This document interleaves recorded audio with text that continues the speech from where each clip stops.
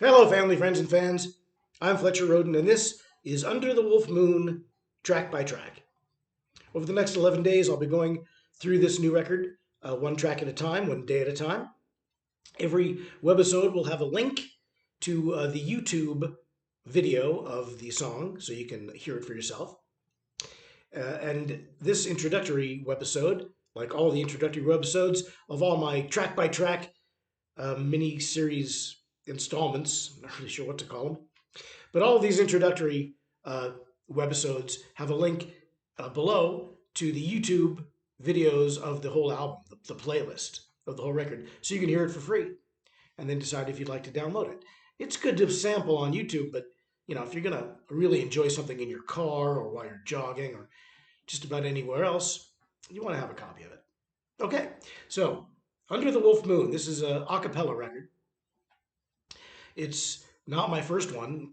I have one called Trilogy Acapella, which was originally released as an album called Grandma's Gone Punk and Other All-Time Acapella Hits. But I just had too many records, so I decided to take three of them, my three of these records, and reissue them as a set called Trilogy. Another reason for this is I remastered those records using Audacity, which is how I master all my stuff. And I took some songs off of a few of the playlists because at that time I was doing something I called quadrilogy, which was a four album set of different genres. And so I was redoing some of the songs that had wound up on the first three albums that I had re-released as trilogy. So one of them is a cappella, and it's got some good stuff on there. A lot of, a pastiche of different genres. And so what happened is I did quadrilogy in Vegas, and then another album there called I'm Possible, and even another album called Prodigal Son. And then I left. I left town. I packed up my studio. All of it's in storage down there. And I didn't think I'd be doing any more music. I figured I'd release I'm Possible in 2025, and that would be it, more or less. And then Prodigal Son in 2026.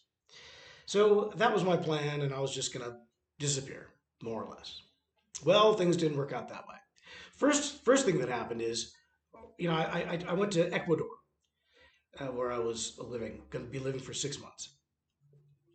And the first thing I did when I got down there is I had a week, so I remixed my album called Boondoggle, which I was carrying around the masters. I had the masters of digital file in GarageBand, this recording thing called GarageBand. So I downloaded a new copy of GarageBand and remixed and remastered Boondoggle and put it out as a 10th anniversary release. It had really only been 8 years since Boondoggle, but whatever. So, and then I took some of my other records, which hadn't been properly mastered, and I mastered them and then re-released them. Houndstooth, Night Season, um, Fletcher Rhoden sings Redhead Cuban House for Our Husband. A fair amount of my records, actually.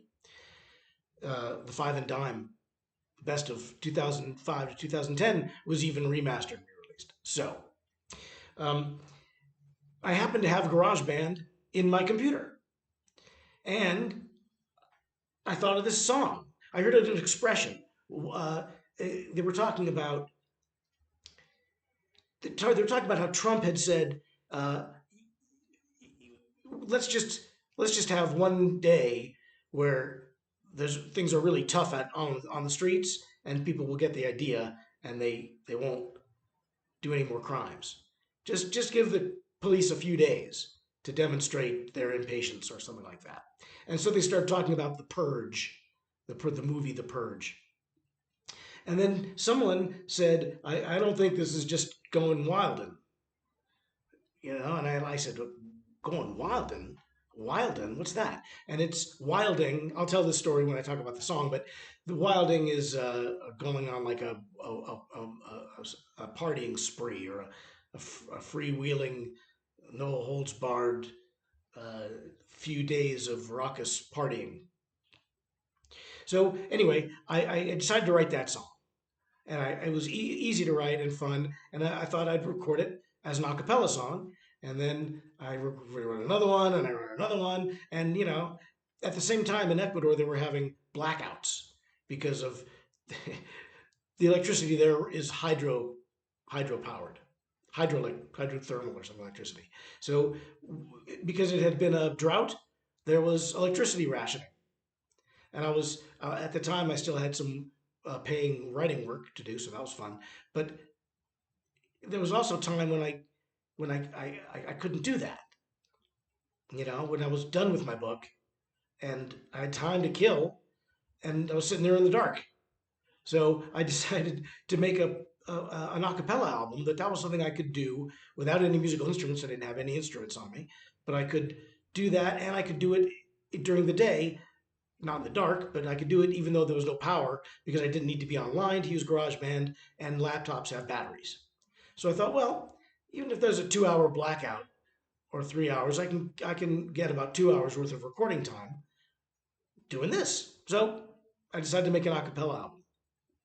Now, this a cappella record is one of two that I'm releasing this season.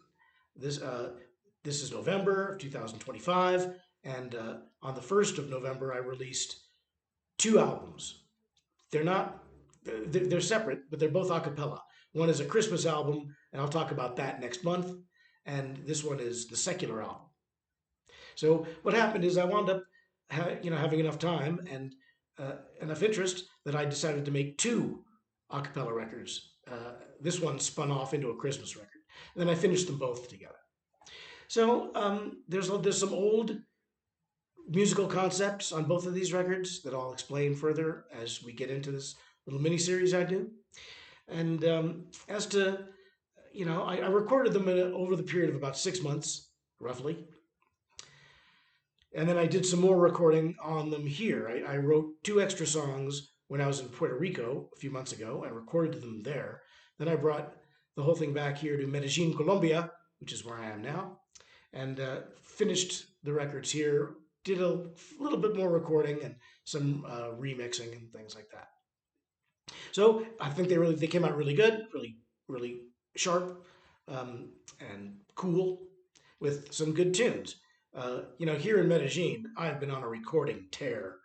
So I think largely it's because of these two records, because I had 6 months of singing and only singing, and I was limited in with what I could do with my voice. So you'll hear on these two records that musically they're fairly simplistic.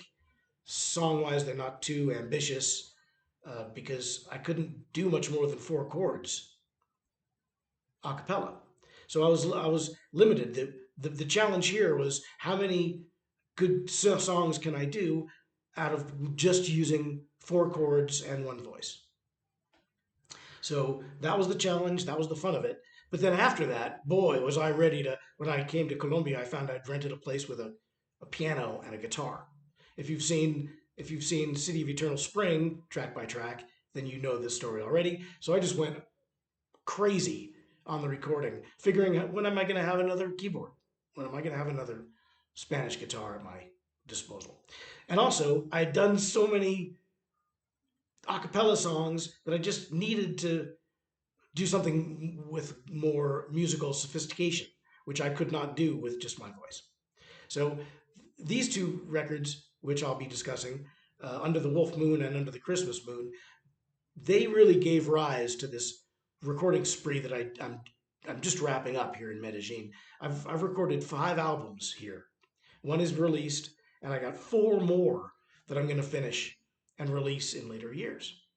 So, thanks to this record, Under the Wolf Moon, it's started it all, except for all the music that came before it, which is too much to discuss now. So, if you want to hear more about this record, if you want to hear the record, you can go listen to it right now for free. Go to the link below. Listen to it for free. And then, or if you want, you can just listen to the one song every day for the next 11 days and do it that way. Some people prefer that. This is my second installment of track by track. So I'm not really sure. The first one, which was supposed to be a one-off for the album City of Eternal Spring, I had one song per week, and it was like a 2.5 month campaign. In retrospect, I feel that that was a bit much, but I didn't want to do them all consecutively because then it would be over kind of quick. However, that's the drawback, and but I'm doing it that way anyway. So for the next 11 days, we'll be listening to this record track by track and discussing it. And tune in for that, um, and enjoy the record if you choose to do so in the meantime. Otherwise, thanks for spending some time with me today. Tune in again, and until then, bye, Mary.